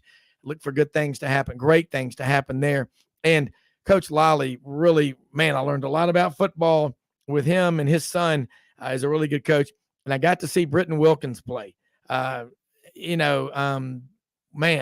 what a I mean, he's 6'8", and he was trying to find somebody to compete with on that field. He is a special looking talent. He's going to drive across town to campus in January and enroll early at Alabama. But man, I look for that guy. Great things out of him. He's got physically is developed like he's a sophomore in an SEC starting big time program. Yeah. Yeah. Wilkin Formby's only 17 years old. He's, like you said, he's 6'7"3/4. Yeah, got the name. Sorry, Wilkin Formby. Sorry, I was thinking of something. Yeah, Wilkin Formby. Yeah. Yeah. He's 6'7" 3/4. He's 315 pounds. And I happen to have some insight on him in terms of how he's developed over the last few years. And the thing about Wilkin Formby is he wants to be great. He wants to be his best. This guy has the perfect mindset for Nick Saban. He's a worker. He wants it. He actually, as a sophomore, he played some, didn't consistently start, but he went around the country. He visited Clemson. He visited several other schools, and the coaches at those schools were aware of him, but not really totally sold on him in terms of where he was. And Wilkins said, "What do I have to do to be great?" I mean, this is what he said at every stop. "What do I have to do to be great?" And they told him, "This is what you need to be. Yeah. This is what you need to do." And he went out and he put all the information together and put it to use. And he employed a lot of people in terms of trainers to help him. But listen, he's got the right mindset, and like you said, he's got all the physical tools. Look, physically, you don't have a body like that at 6'8", 315, and look like you weigh about 220 unless you grow up eating at the Taco Casa. So I'll just say that. Yeah, that's right. That's the family. But Jimmy, jump in here. But, man, that was an awesome game there Friday night. Northridge won big time. Yeah, Rodney, I wanted to go back to this offensive line. I think in this Monroe game, it was a little easy maybe to get off track a little bit because from the very beginning of the game, Alabama scores immediately on the block punt. Right. Scoop and score play. Right. And I think on the next play from scrimmage, they hit the quarterback as he's throwing, the ball pops up in the air, and Will Anderson scores his first touchdown in his Alabama career on a pick six. So, that kind of set the tone to where, especially with a younger team, you can get a little bit distracted.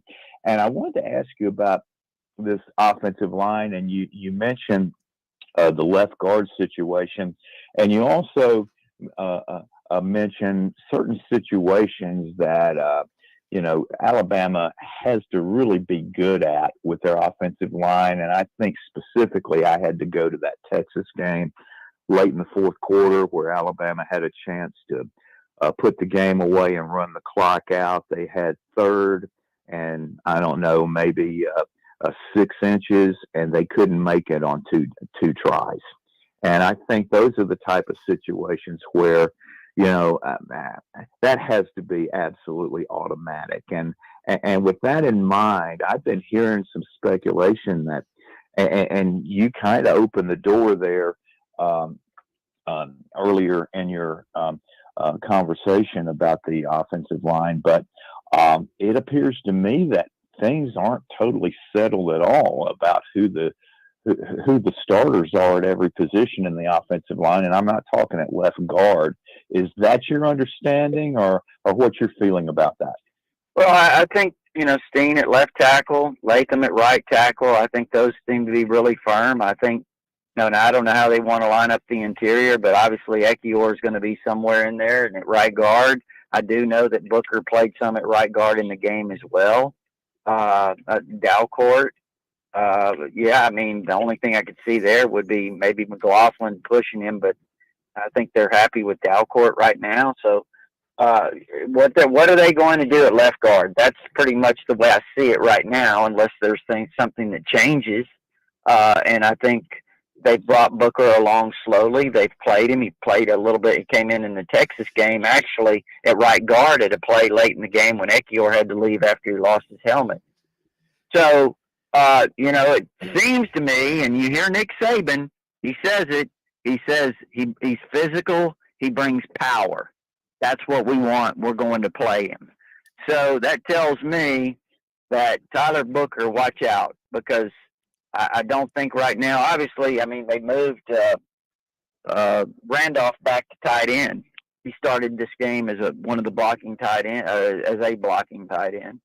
He was in number 85. So that means he's kind of finding that role again and not at offensive guard. And then also, Cohen has been good, but he's been inconsistent. So maybe Cohen starts and Booker's right there with him. I don't know. We'll see how it all unfolds. But Rodney. No, I'm sorry, Rodney. No, that's fine. No, I was kind of pointing at McLaughlin because I thought he was just really good last year when he got his opportunity. Granted, he is a little bit undersized, but what I like about him, he gives you that a quality that Dickerson did a couple of years ago. He's got that mean streak. And I think this offensive line really needs a guy like that.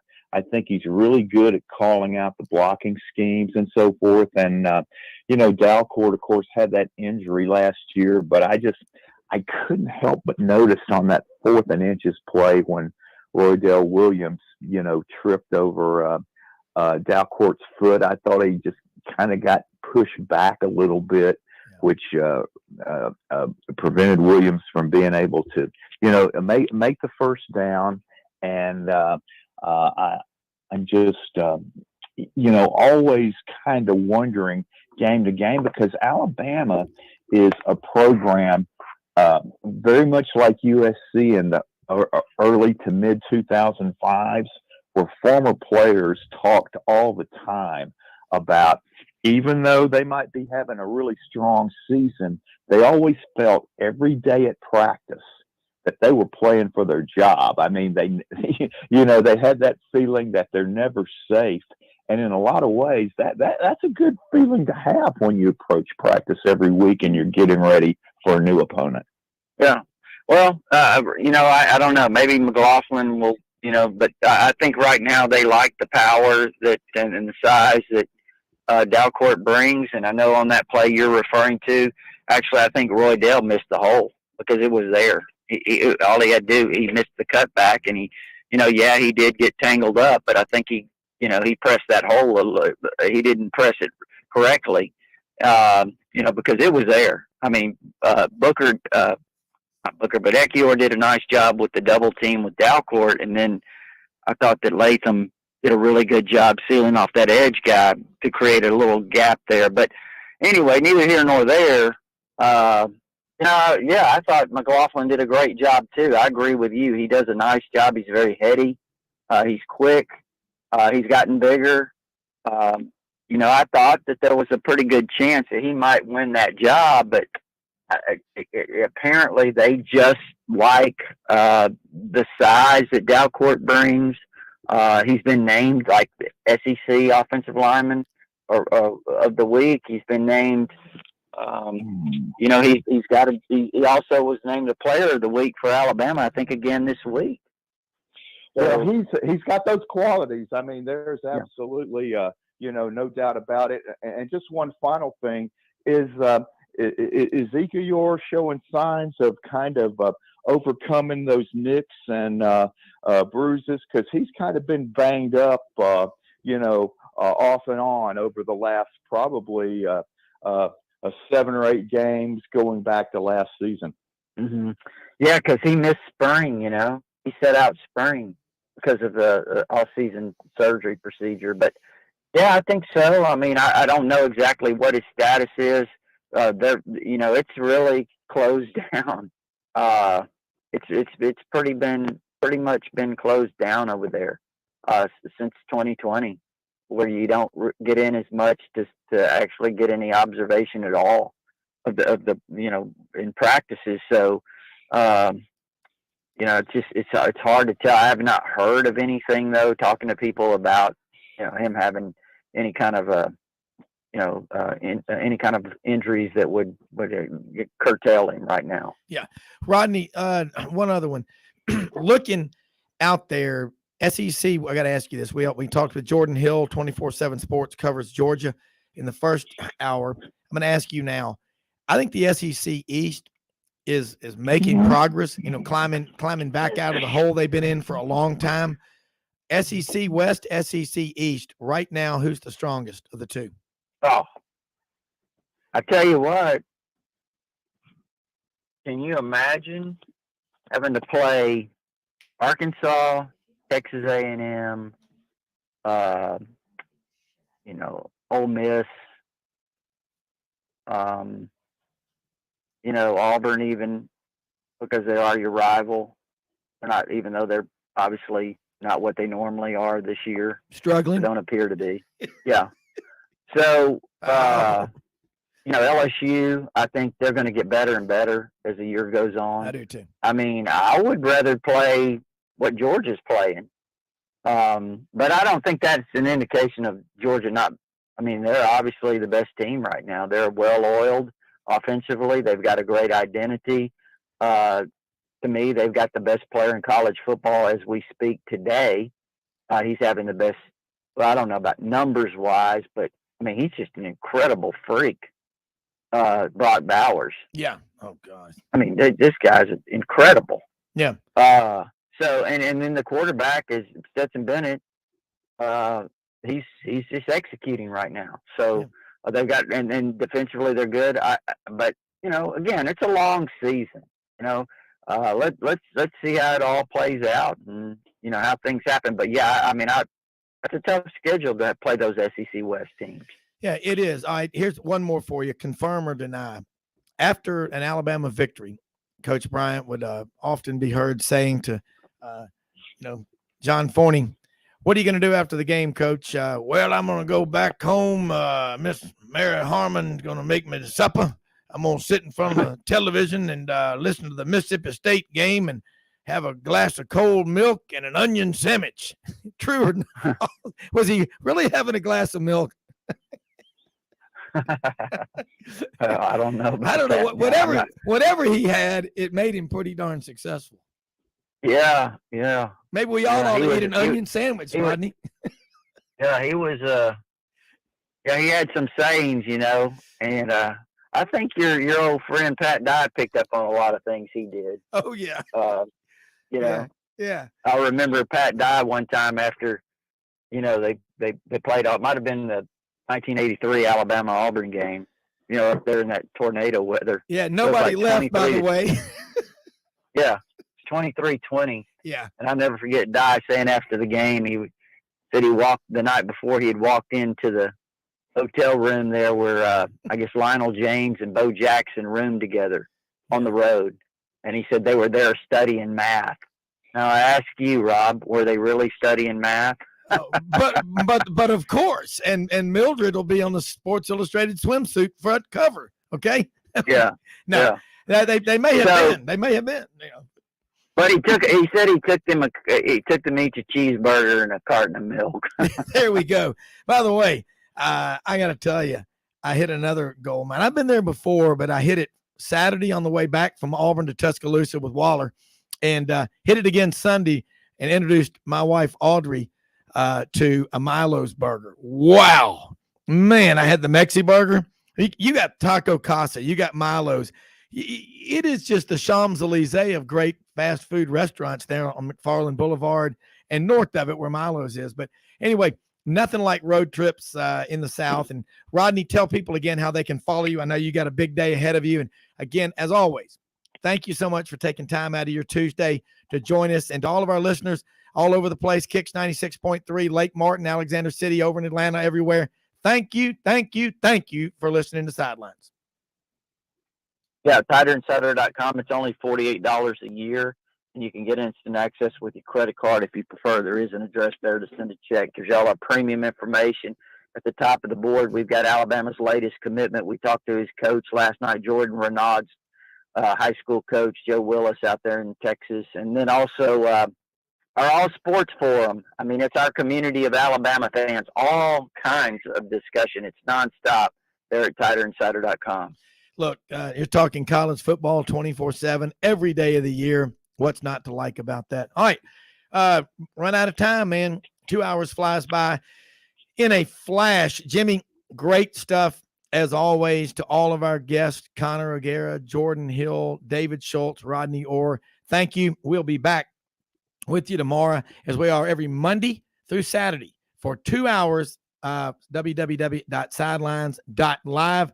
Check us out. And again, Kicks 96.3 in Alex City and Lake Martin. We are here talking college football, basketball, baseball, recruiting every day. That's what we do. That's who we are. And follow us on Twitter at @sidelines_live. Putting a lot of content out there. And I'm seeing stuff, Jimmy, it's just amazing. There's a little bit of chatter out there about what's going on at places like Auburn. And on the flip side, there's also questions. I'll tell you, Florida, we had Buddy Martin on yesterday. We'll be talking more about it. Florida goes up to Knoxville. Tennessee is expecting to win this game. Florida is going to be in for an all-out war. But Florida's won 16 of the last 17. I've seen some bad Florida teams go to Knoxville and come out with a win. This is going to be a war of wills. Hey, go out and help somebody with the expectation of getting nothing in return. And we most often see the face of Christ in the least among us. And remember, folks, we live in the greatest country in the history of the world. Be proud and act like it. We're out of here. See you tomorrow.